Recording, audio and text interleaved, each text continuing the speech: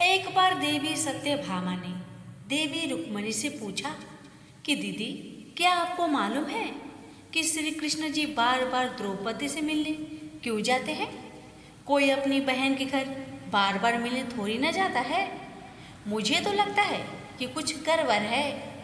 ऐसा क्या है जो बार बार द्रौपदी के घर जाते हैं? तो देवी रुक्मिणी ने कहा, बेकार की बातें मत करो, ये बहन भाई का पवित्र संबंध है। जाओ, जाकर अपना काम करो।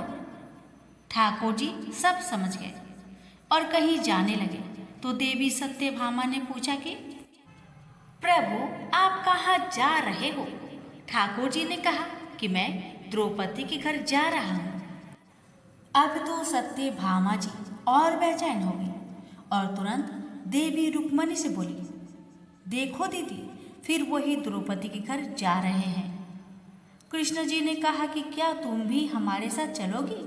तो सत्यभामा जी फौरन तैयार हो गई और देवी रुक्मिणी से बोली कि दीदी, आप भी मेरे साथ चलो और द्रौपदी को ऐसा मजा चखा के आएंगे कि वो जीवन भर याद रखेगी। देवी रुक्मिणी भी तैयार हो गई। जब दोनों देवियां द्रौपदी के घर पहुंची तो देखा कि द्रौपदी अपने केस संवार रही थी। जब द्रौपदी केस संवार रही थी तो भगवान श्री कृष्ण ने पूछा, द्रौपदी क्या कर रही हो? तो द्रौपदी बोली, भैया केस संवार के अभी आई। तो भगवान बोले, तुम काहे को केस संवार रही हो?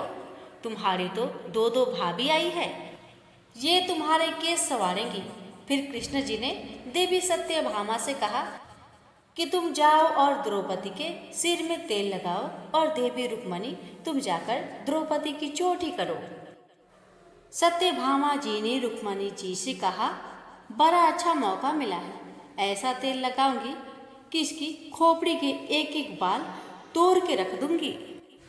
और जैसे ही सत्यभामा जी ने द्रौपदी के सिर में तेल लगाना शुरू किया और एक बाल को तोड़ा तो बाल तोड़ते ही आवाज आई, हे कृष्ण। फिर दूसरा बाल तोड़ा, फिर आवाज आई, हे कृष्ण। फिर तीसरा बाल तोड़ा तो फिर आवाज आई, हे कृष्ण।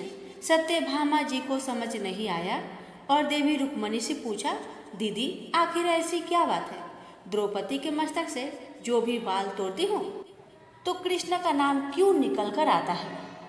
रुक्मिणी जी बोली, मैं तो नहीं जानती। पीछे से भगवान बोले, देवी सत्यभामा, तुम देवी रुक्मिणी से पूछ रही थी कि मैं दौड़ दौड़ कर इस द्रौपदी के घर क्यों जाता हूँ? क्योंकि पूरे भूमंडल पर, पूरी पृथ्वी पर कोई संत, कोई साधु, कोई सन्यासी, कोई तपस्वी, कोई साधक, कोई उपासक ऐसा नहीं हुआ जिसने एक दिन में 3.5 करोड़ बार मेरा नाम लिया हो। और द्रौपदी केवल ऐसी है जो एक बार में 3.5 करोड़ बार मेरा नाम लेती है।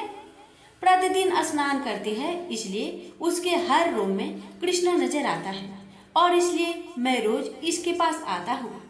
इसे कहते हैं स्नान, जो देवी द्रौपदी प्रतिदिन किया करती थी।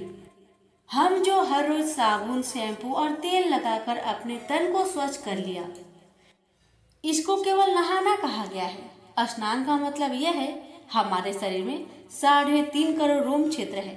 जब नारायण से पूछा गया, ये 3.5 करोड़ रोम क्षेत्र कर्मों के दिए गए हैं, तो नारायण ने कहा, जब मनुष्य 3.5 करोड़ बार भगवान का नाम ले लेता है तब जीवन में एक बार उसका स्नान हो पाता है। इसको कहते हैं स्नान।